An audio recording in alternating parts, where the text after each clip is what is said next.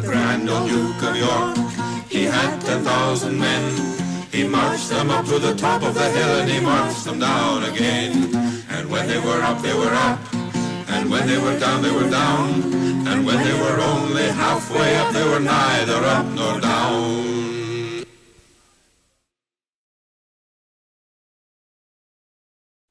All right, now watch what you say, Moshe, because it's on the record. So welcome, everyone. It's like Hollywood Squares. We have the perfect combination in the screen. I already took a screenshot. This is so exciting, to take a word from Caesar's lexicon. It's so exciting to welcome new friends, and dare I say old, and to celebrate the life, in a way, of Michael Edward Godfrey. We are fortunate and blessed to have Jacob with us. And Jake and I met in Hemingford in August of 2019, had lunch and decided that we had to get this book published. His dad left it in bits and pieces on disk drives, and it was just a thrill and a joy and a lot of work to edit. It's a big tome and a beautiful lot of work. one. Yes, yes, we did a lot of work on this, and now you guys get to reap the harvest, okay, of our labors, which have been labors of love altogether. So what's going to happen is that firstly, Jake is going to read. I'm going to show some pictures for him that he's sent, and he'll read some extract. We're going to let you take a deep dive right in. This is in the Montreal literary Jewish tradition, right? So you understand the old guys. I'll talk about them a little bit later. Jake's going to read for half an hour, more or less, give you a samplings of the book. We can't possibly describe it, but you read the back copy, so you know, which he wrote, by the way, and Jake did a fabulous job on the flap copy. You are also a literary man, Jacob. You've inherited some of your father's amazing talent. So Jake will read some of his favorite passages, and then I'll take a turn and show you some other pictures and some backstories and read a few of my favorite passages, provided Jake and I haven't picked all the same ones, which we already zeroed in on some of the same ones. So you get a flavor of this. Michael, although he had a penchant for pathos, was an incredibly erudite professor of English and a wonderful poet, very talented poet. And this novel is really poetry, as I'm sure you will see, in a prose form, but very beautiful and intricate. Okay, so without further ado, Jake, let me throw up the first picture. Are you all set to read? Yeah, I'm ready. Okay. These are photos of people these are the only photos, as far as I know, that exist of these people. They were incredible characters in themselves, and my father has put this book out to keep their memory alive. And the way he's presented it is he's kept himself rather transparent to the story in order to properly reflect the personalities of these characters and let them shine through in his perception of them. So I want to start with the identical twins, Sam and Larry, were their names in real life. This is Larry Golden here. So identical twins. One was a sociopath and the other was a schizophrenic. And together they ran a pawn shop that was a drug den, more or less. And this we see Larry, who was the madman of the two, in the music shop, the only known picture, as far as I know, that exists of this man. And I'm going to read a little introduction that my father wrote about his madness. So in the story, these are the Gold brothers as opposed to Golden, and this is Wally as opposed to Larry. Wally Gold, master of Kabbalah, stood before the secret door just around the bend in the corner of Solly's upstairs apartment. This door, usually concealed, was for the moment firmly set between the evident door to the toilet and the manifest door to the back stair, where Wally took out the garbage every Monday and Thursday. Wally had the one key that would unlock this one door, whose passageways would lead him to the other 600,000 rooms that lay beyond, one for each of the children of Israel at the foot of Sinai, when God opened the door and spoke his mind. This door was the cheat in the system. He knew it was only there one day a year, this day, Yom Kippur. The key was his insanity. He inserted it. The rusty bolt turned with a metallic scrape, and a little desert of red dust fell in a small dune among the tumbleweeds of Solly's imperfectly tended floor. There was a creaking and a squeaking, a shrill protest from hinges long unoiled. All was proceeding according to plan. Issuing from the room was a lamp-black darkness. It had a gritty texture, tempting to the touch. Be careful, nothing is as it appears. Funny, thought the master of Virtual Kabbalah. Nothing is the only thing that looks exactly like what it is. The only thing you can trust. Oh yes, nice nothing. Nice safe nothing. Nothing growls like a dog. Good dog, nice doggy. This must be Simi's party where all the dogs dance. Messiah's party. Wait, just wait. Wait for the moment. He heard the sound of one hand clapping, issuing from the place where everything you thought and did is okay. The sound of one hand clapping is two hands. Sanity and madness will go to the party dressed up in each other's clothes and fool everybody. Especially Messiah, that trickster, that madman. He promised to come to the party but didn't show up. He got lost in all those rooms. Wally heard the momentary pause between the indrawn breath and its long exhalation. To breathe in creates the pleromic vacuum, the informing of creation, the gathering storm. Wally knew that, not in so many words, and far fewer really, but he knew. Was that a heresy? If so, he was in big trouble. You should see some of the things he believed. So if we can go to the next slide, we're going to see my father in the same place, in the same pawn shop. And I'm going to give you a little excerpt of what it was like hanging out with these guys. The discussion around the oak table turned to hockey and its decline since the expansion. Solly had opinions. Maybe Philly was okay, Bobby Clark and those guys, at least they could fight. But those Anaheim pussies, they should stick to surfing. That's the only boards they ever heard of. Not like when there was only 6 and you knew all the players and they weren't all midget league rejects. The Habs could be counted on to win the Stanley Cup every year. That was real competition. Turn up the volume on that thing, will you, Billy? I can't hear a thing. When the games were broadcast on French TV, we used to turn the sound off and listen to Dali Ganavan on the radio. Sometimes we turned the TV off because you could see better just listening. Nowadays, with those fag announcers, it sounds like figure skating. Everybody in the civilized world knew who Maurice Richard is, said Wally. Tell him about the ring, how he lost the ring. They were great, those guys, Floyd Curry and Dickie Moore and Boom Boom, that lousy anti-Semite. And what's his name, the governor general there? Jean Beliveau, Simon offers, but he didn't take the GG job. He didn't? Well, like I say, you only get what you pay for. He must have been holding out for a better contract. And Doug Harvey on defense, that guy could make Bobby Orr look like a junior league rookie, even when he was too pissed to skate forward. What ring? And the pocket and those 2 Elmer guys. What 2 Elmer guys? Tell him about the violin, Wally says. What violin? I'm losing this thread, Solly. So take up crocheting. Stella here will show you how. Listen, the team train had just pulled into Windsor Station following a series in Chicago or Boston or some other place where they've actually seen ice in its natural state. Maurice Richard goes into the great marbled washroom before catching a cab back home to the missus. He takes off his ring to wash his hands and, weary with hat tricks, punching out linesmen, turns away, leaving it glittering on the sink ledge. Not until he's halfway home does the horror break upon him. By the time he wheels around for the backhand and rockets downtown, someone has come along and sunk it deftly into the net of his own pocket. And who is it that for once in his life got lucky, Wally asks. Someone that it was always too late for him to get smart. None other than the professor here, which would be my father, who just happened to be at the train station that day to see his wife off on her honeymoon.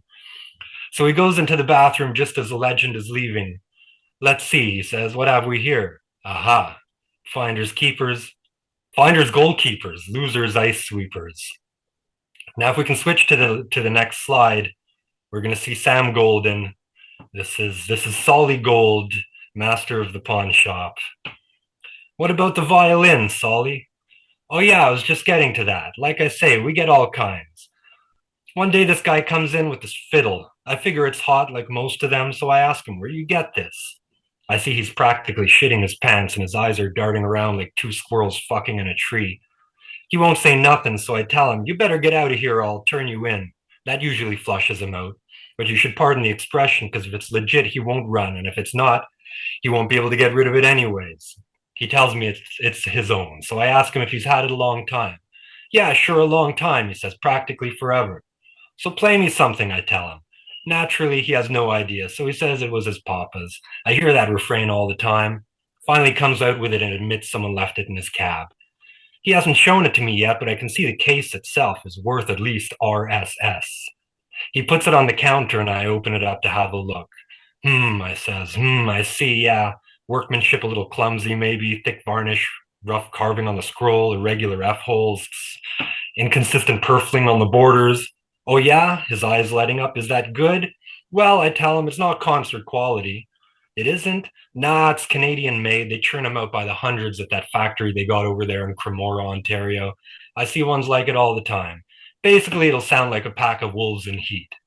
Finally, he's glad to get out of the shop with $35, another $5 for the case because I told him I didn't want it. Lower that thing, will you, Billy? I can hardly hear myself talk. Like I was saying, I had this fiddle on my hands and I didn't know what to do with it. I couldn't keep it and I couldn't sell it and I wasn't about to chop it up for firewood. I put it back in its case and wrapped it in a garbage bag and took it down the street to Mendel. Mendel was an old man by then. Mostly he kept the shop going just for something to do. He still brokered a little and bought and sold because it was in his blood, but people came to him mostly for estate evaluations and insurance appraisals. He taught me a lot when I was a kid, showed me things even my father didn't know. I used to work for him to earn a few extra bucks. He used the same code as my father's shop, so it was easy work for me. They came up with it together so they could do business. There was plenty of business on Craig Street in those days with all the Schwarzers and musicians and showgirls. They were rivals, but like the Minsk and Pinks variety. They trusted each other's lies and knew what they really meant. I learned a lot from both of them about gems, instruments, and cameras. It was Mendel that taught me how to clean a watch. A customer would come in and say, I got this watch, but it don't work. Can you fix it for me? Sure, I can fix it, says Mendel. It probably just needs a good cleaning. Won't cost you too much either, and my work is guaranteed. You don't see watches like this anymore. It's worth it. Believe me, I'll have a good look at it. Give me a few days. I won't rush it. After the customer leaves, Mendel takes me to the back room where he has a few tools like a loop and a wrench for some screw type cases. You don't need a lot else. Watch me, Solly, he says. I'm going to teach you how to clean a timepiece. He unscrews the back, holds it up to his mouth, blows hard, shakes it a few times, blows again. Then he closes it back up, holds it up to his ear, hands it to me and says, here, works perfectly. Check it on Thursday and see if it's still running. Call him on Friday, put it in an envelope, charge him, oh well. 9 times out of 10, the watch goes on ticking for a few more years. If it doesn't, Mendel honors the guarantee, sends it to a real watchmaker, and makes his profit on the markup plus what he made on the blow job. Nowadays, they use aerosol.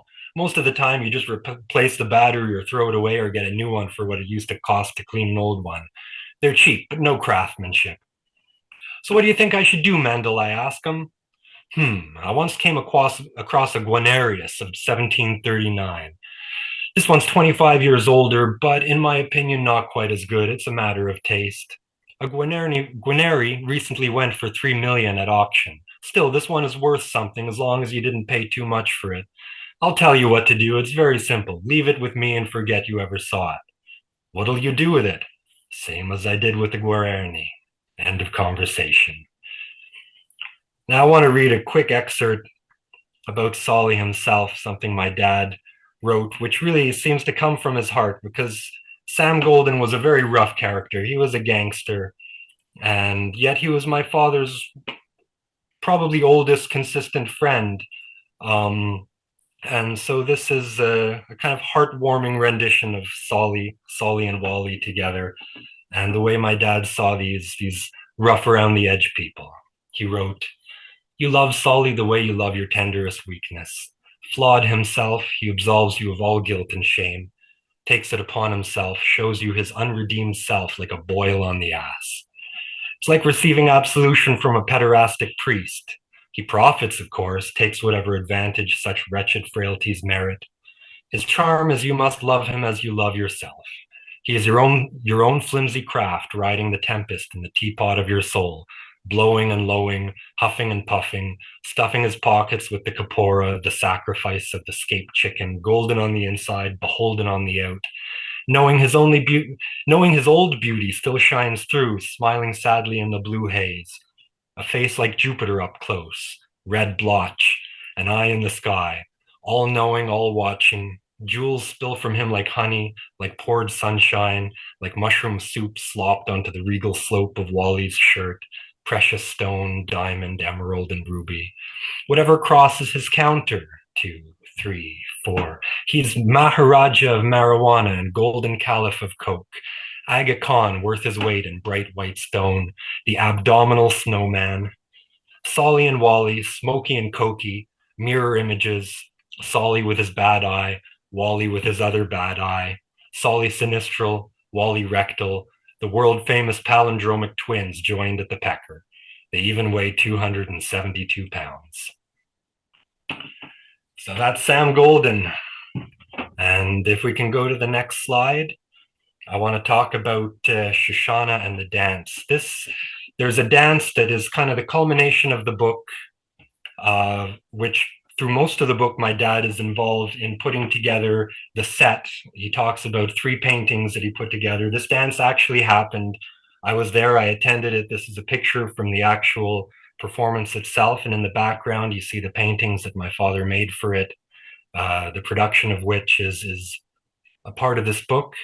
And I'm going to read about the dance itself, which in the book was performed by Korean students at a Jewish school. My dad took a lot of liberties in making his points by changing slightly how the events went. But here is the dance. The house lights dimmed. Change is the whisper of creation, the only way for nothing to make something of itself. Silence broke into sound, key change and chord change. Shoshana's choreography positioned each dancer at a point of intersection of all the lines whose coordinates are history. It began with the dance of the broken vessels, the sabotaged machinery of the first revolution, the stationary troop shattered like crystal, endlessly splintering, each dot a shard glittering with its fragment of the universal light. The fragments sought each other. Some fit together with some and others with others. Some found each other and sought a third. Those whose hands fit walked hand in hand, whose feet fit danced, whose voices fit sang. Some quivered together in the old quiver-dee-do or quiver-dee-don't. It doesn't matter what parents think, Simon. Art transcends parental squeamishness. All history passed like illusion before the eyes. The sun set on the Garden of Eden and sank with the dimming stage lights into black, leaving only a spotlighted young Hua doubling as angel and flaming sword at the gate, her arms outstretched and fingers curled like a hilt. Then the sun rose with Mai Cheong, Queen of Sheba, arriving in splendor from the east, bearing gifts of spice and treasure. Wise Solomon and the regal person of Won-jae, King of Korea and Israel, greeted her with an embrace as she posed riddles, testing his sagacity. In response to her final riddle, he whispered in her ear the secret nom de guerre of the sly revolutionary waging guerrilla combat in the tangled jungle of distant banana galaxies. Now, if we can go to the next slide, we're going to see Shoshana, who put on the dance. This is my dad. To the right of my dad is his father, my grandfather, Phil Godfrey, who has his arms on my grandmother, Margaret.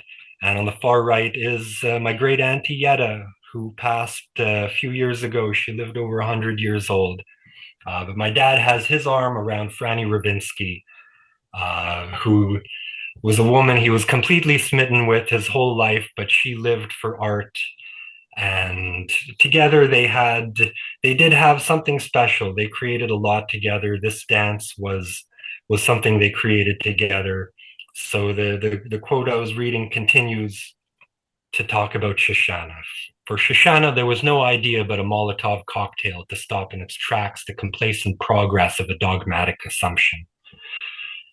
The shattering of the vessels and the spilling of the light are the curtain rising on a history fractally composed of the ever-diminishing moment-to-moment gropings of the soul for mere sufficiency. The mending of the vessels and the gathering of the light happen only in virtual history. Our eyes shatter like crystal Edens. They mend with the crazy glue of virtual light. Only beauty heals, only art, only revolution. The theater of the virtual holds a mirror to the life and shows it to us reversed, the better to recognize our own misshapen souls. There is only the revolution, and the revolution is what transpires in the loneliest place, in dog dance days, where the twisted heart schemes its healing. In Shoshana's dance, the milk and honey light spilt onto the dance floor and poured out the stage door onto the streets and factory gates, pulsing waves of revolution all out of sync with each other. The revolution tumbled and smashed into thousands of bits and bytes, shattering and scattering like vessels, the temple, like the people of the temple, like the world, each shard a human face.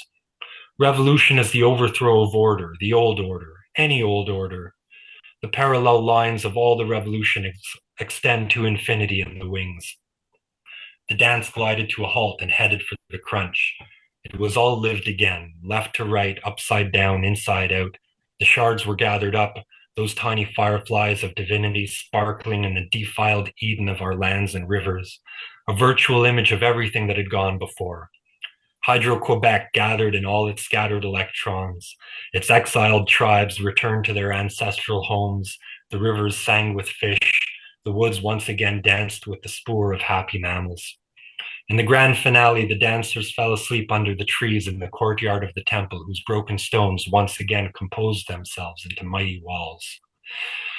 There they dreamt a dream that was like blowing the glass in which, before it cracked again, the egg of the new world would be hatched like the ravens who first painted the world and gave it its palette of rainbow colors, and whose children told the old stories when the stories were still young. The evening had been a great success. Simon and Shoshana lingered in the dark theater long after everyone had left, bathed in a euphoric glow. Listen, she said, if I'm going to go hungry for the sake of my art, I may as well get paid for it. No more playing the kosher supper club circuit. Our rebels are now ended. I'm a company now, a fucking corporation. I'm going public. It's time I saw my name in lights. It's been great, but I'm selling out. I denounce the revolution. Nothing ever changes. No revolution has gone far enough until it stabs itself in the back. If one revolution ever solved anything, you know it was time for another. One revolution is tyranny. The revolution is dead. Long live the revolution. So now if we can go to the next slide, we're going to talk about Hobbes Platinsky, who is loosely based on the host of this launch right now. So my dad writes about Hobbes. Hobbes had been broke, debt-ridden, jobless, and without prospect of change. He'd come down to his last threadbare resource, the Gaspé, or more particularly, poor Toddy Wrong. A force moved, but what else might he have done? There was no place to go, and no one but Toddy so intent on his own destruction as to offer Hobbes long-term shelter. Simon told Jiffy nothing of Hobbes's great failed dissertation, Principia Ethica Mathematica, on the quantification of good and evil. He did not tell Jiffy how Hobbes' examiners had sneered and mocked him to his face, their tongues tripping in careful, contrived academic stutters, their eyebrows beetling with affected puzzlement, their eyes implacable. Really, Mr. Platonsky. Oh, nice touch, thought Hobbes, seeing what was in store for him and more than half expecting it, having more than half provoked it. The Mr. lithotically nuanced to distinguish it from the doctor it was not going to be. The outlandish Platonsky, married with Greco-Cyrillic accuracy, striking the thematic note of exclusion.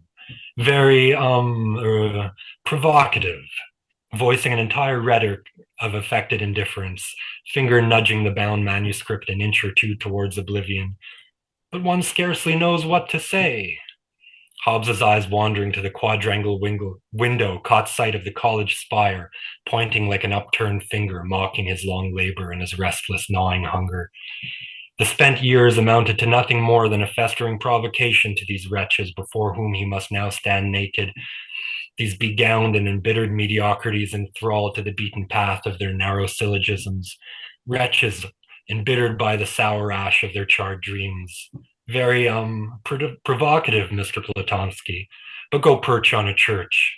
Wretches, they did not know what to say, did not understand or care, could not, would not, could only turn away as from a faintly disagreeable stench tramped in with soiled boots from what midden they would as a matter of good manners venture no indifference concerning. They were revolted by the odor rising within their own domestic precincts from the pages of the work on the table before them. They were uncomfortably reminded of the one whose custom it was to tramp desert and salt marsh and beat out the most terrible mountain thunder on his drum and conceal himself in the conflagration of the parched bush sprouting among the rocks of some shitten sheep pasture. Degenerates, The God whose countenance was revealed in the flaming leaves of the thesis before them was a jealous and devouring God, one utterly careless of standard weights and measures, and all the other conventional niceties of civilized divinity. They were seared by the blast from the inferno of Hobbes's conviction. Given the terror his passion awoke in them, what could they do but piss their spite on it in a pathetic attempt to douse the flames? His God, Hobbes assured them in futile defense, the best futile defense being futile offense, was no tidy and rational spirit of order, no dupe of a scapegoat, his nakedness wrapped in the narrow cloth of silent admonition or aggrieved reproof, no manner of wretched compassion fluttering on a windy kite across a pallid sky.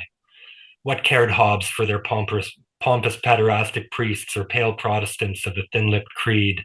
Oh no, the God of Hobbes's conception of good and evil, so he charged and thundered and beat the table, was his father's God of 120 generations, God by God, before whom thou shalt have none other, God, the one and only heavyweight champion of the world.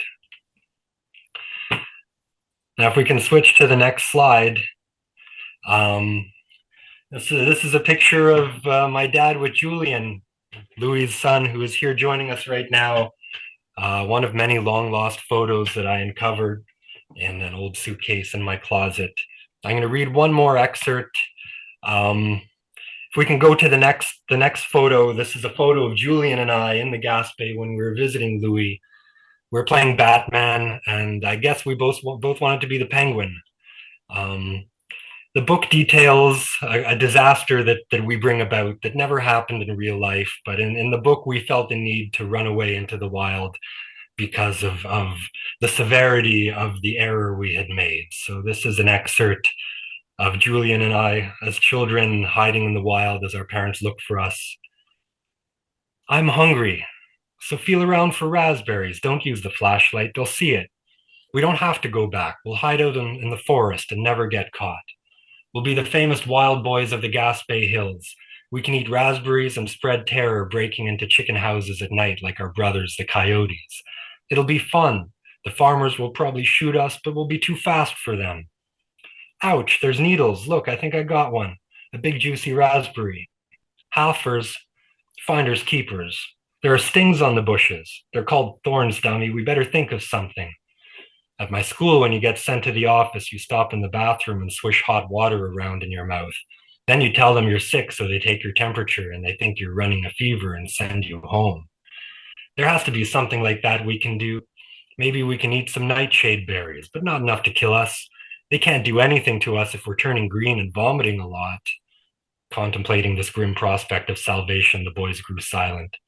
Soon, Justin, cold, frightened, and hungry, curled up in a tight ball and fell asleep. David felt around a bush for whichever came first, raspberries or nightshade. It no longer mattered which. Pricking his hand on thorns and coming up empty, he rested his chin on his arm and followed the swing of Simon and Jiffy's flashlights as it receded towards the road.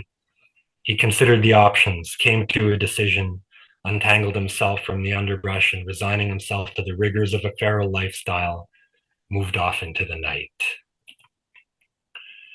So that's the end of my readings. There's one more slide, which is me and my dad. This is from exactly the era that I remember him throwing himself completely into the book. This is my father as he was in the late 80s, early 90s when this book takes place. So I thought, as far as a memorial goes, this would be my send-off. So without further ado, I'll turn it over to you, Lou. Wow, Jake. Thank you so much for those heartfelt selections. As you can see, it's a deeply entangled work. Montreal is a deeply entangled place, and we were deeply entangled residents of it. The grand old Duke of York, he had 10,000 men. He marched them up to the top of the hill, and he marched them down again.